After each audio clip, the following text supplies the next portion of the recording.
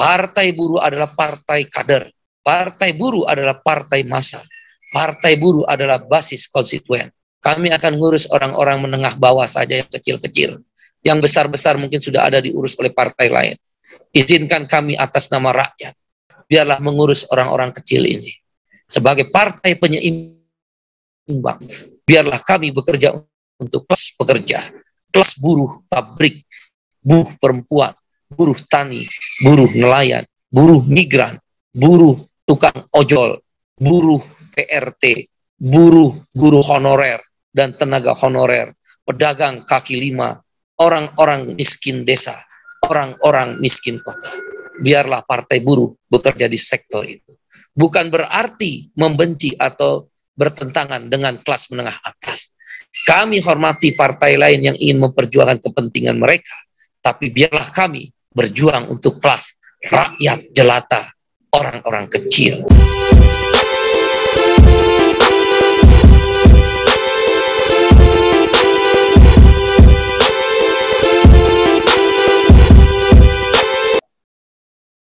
Apa yang akan diperjuangkan partai buruh yang sekarang ini bersama konstituen? Satu, memastikan pemerintah harus melaksanakan keputusan Mahkamah Konstitusi tentang Undang-Undang Cipta Kerja yang sudah dinyatakan oleh MK dua hal. Inkonstitusional bersyarat. Artinya Undang-Undang Cipta Kerja itu inkonstitusional hingga dipenuhinya syarat. Paling lama 2 tahun. Selama syarat itu belum dipenuhi, khususnya syarat proses pembentukannya belum dipenuhi, sebagaimana amanat Undang-Undang Dasar 1945 dan Undang-Undang tentang pembentukan peraturan perundang-undangan nomor 12 2011 kalau saya tidak salah, maka kami berpendapat, Partai Buruh berpendapat mendukung sikap serikat buruh, organisasi sosial lainnya, serikat petani, yang menyatakan Undang-Undang Cipta Kerja ada inkonstitusional hingga dipenuhi syaratnya, baru dia konstitusional. Dan itu sudah terbukti di Undang-Undang BRIN. Mahkamah Konstitusi mengatakan uji material Undang-Undang BRIN sudah kehilangan objek hukum. Begitu pula berarti Undang-Undang Cipta Kerja. Dan Undang-Undang Cipta Kerja juga sebagaimana diputuskan oleh MK cacat formil. Partai buruh bersama konstituen, serikat buruh, serikat petani, serikat nelayan, guru honorer, pedagang-pedagang kecil, PKL, ojol, buruh migran, PRT, dan orang-orang kecil lainnya, miskin desa, memastikan SK UMP DKI dirubah, direvisi.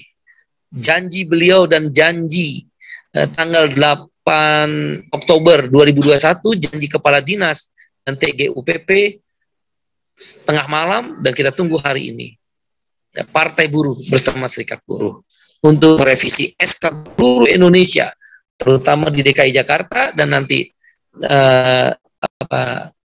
SK Gubernur lainnya, dia harus merubah SK Gubernur tentang UMK. Kalau UMP di luar DKI kita nggak persoalkan. UMK, upah minimum kabupaten kota. Contoh Karawang 6,7%.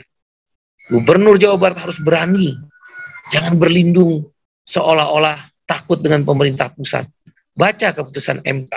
PP nomor 36 tahun 2020 tentang pengupahan ditangguhkan menurut amar keputusan MK nomor 7. Dan tidak boleh tergantung pada pemerintah pusat, karena keputusan MK itu melekat juga pada gubernur, bupati, dan wali kota. Berani atau tidak, untuk rakyat atau untuk kekuasaan. Partai Buruh mendorong itu agar terjadi revisi SK Gubernur di luar DKI juga terhadap UMK. Yang ketiga, Partai Buruh akan bersama komponen Komite Aksi PRT yang dimotori oleh Jala PRT dan organisasi lainnya. Dan Serikat Buruh ada di dalamnya. Untuk memperjuangkan agar rancangan Undang-Undang PRT, pekerja rumah tangga, kembali masuk dalam prolegnas 2022. Karena sudah ada di drop, kami akan berjuang. Konsep sudah disiapkan, lobby akan dilakukan, aksi-aksi. Partai Buruh ada di 34 provinsi, 487 kabupaten kota, lebih dari 2.000 kecamatan. Akan kami keluarkan instruksi untuk mengawal aksi-aksi agar RUU PRT bisa disahkan. Begitu pula akan mengawal aksi-aksi agar UMP DKI 2022 dan UMK Kabupaten Kota di seluruh Indonesia 2022 direvisi oleh Gubernur. Yang keempat, Partai Buruh akan mendukung perjuangan daripada kawan-kawan mahasiswa dan Serikat Petani Indonesia, termasuk petani Pasundan, petani Jambi, petani di Sumatera Barat yang tanahnya dirampas oleh korporasi. Kami akan instruksikan semua kader Partai Buruh melakukan pendampingan, bahkan melakukan aksi-aksi agar hak-hak tanah petani tidak dirampas oleh korporasi seperti di daerah Jambi dan Riau. Begitu pula di Banten dan di Jawa Barat. Partai Buruh akan bersama mereka. Yang kelima, Partai Buruh sudah mengeluarkan instruksi kepada kader partai untuk membantu perjuangan guru dan tenaga honorer yang sampai hari ini tidak ada kepastian tentang statusnya, apakah CPNS ataukah P3K. Masih ada guru honorer yang membuat status postingan di sosial media, upahnya Rp300.000 per bulan, dibayar 3 bulan sekali, kemudian dipecat. Partai Buruh bersama FPTHSI, salah satu komponen inisiator pelanjut Partai Buruh, yaitu organisasi guru honorer, tenaga honorer, dan guru swasta, akan mengawal perjuangan kawan-kawan guru dan tenaga honorer, serta juga guru swasta dan ikatan bidan honorer.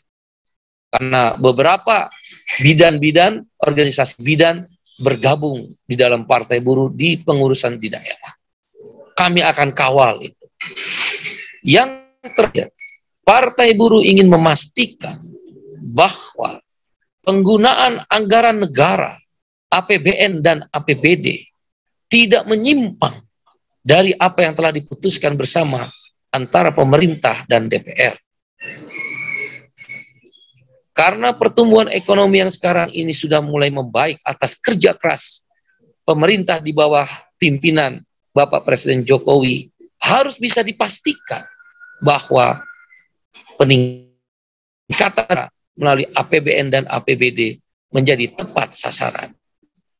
Perubahan kelas di BPJS, pengurangan anggaran PBI, saudara, teman-teman, pengurangan anggaran PBI 9 juta orang dikurangi.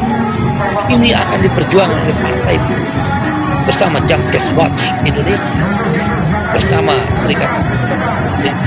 Itulah hal-hal yang akan kami perjuangkan oleh Partai Buruh. Walaupun belum terverifikasi KPU, belum lolos parliamentary threshold, Partai Buruh adalah partai kader. Partai Buruh adalah partai massa. Partai Buruh adalah basis konstituen. Kami akan ngurus orang-orang menengah bawah saja yang kecil-kecil. Yang besar-besar mungkin sudah ada diurus oleh partai lain. Izinkan kami atas nama rakyat, biarlah mengurus orang-orang kecil ini.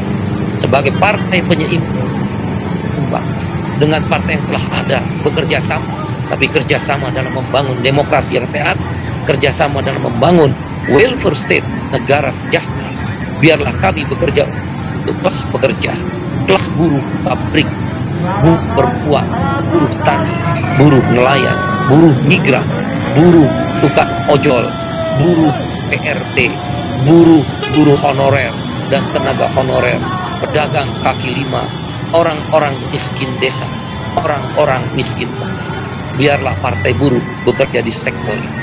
Bukan berarti membenci atau bertentangan dengan kelas menengah atas. Kami hormati partai lain yang ingin memperjuangkan kepentingan mereka, tapi biarlah kami berjuang untuk kelas rakyat jelata, orang-orang kecil. Tujuan kami negara sejahtera, dan kami mempunyai 3 prinsip, yaitu kesetaraan kesempatan. Anda boleh kaya para orang menengah atas, tapi jangan miskinkan kami, orang-orang menengah bawah. Yang kedua adalah distribusi kekayaan yang adil dan merata. Para pengusaha silakan mengelola sumber daya manusia, tapi sumber daya alam dan sumber daya manusia. Pemerintah meningkatkan pertumbuhan ekonomi yang berkuasa sekarang, tapi kami minta distribusi keadilan yang merata. Bentuknya apa? Jaminan sosial. PBI tidak boleh dikurangi 9 juta orang tanpa dijelaskan pada rakyat. Apa dasarnya? Sekarang kelimpungan rakyat, ada yang tidak bisa berobat karena tiba-tiba PBI-nya hilang. Ini contoh distribusi keadilan yang adil dan merata yang kami perjuangkan. Dan yang ketiga, Partai Buruh akan memperjuangkan kesetaraan kesempatan. Artinya, orang yang bekerja dia membayar pajak, contoh. Dan setelah dia tidak bekerja, negara harus bayar. Yang kita kenal dengan contoh unemployment insurance atau asuransi pengangguran. Itulah perjuangan Partai Buruh.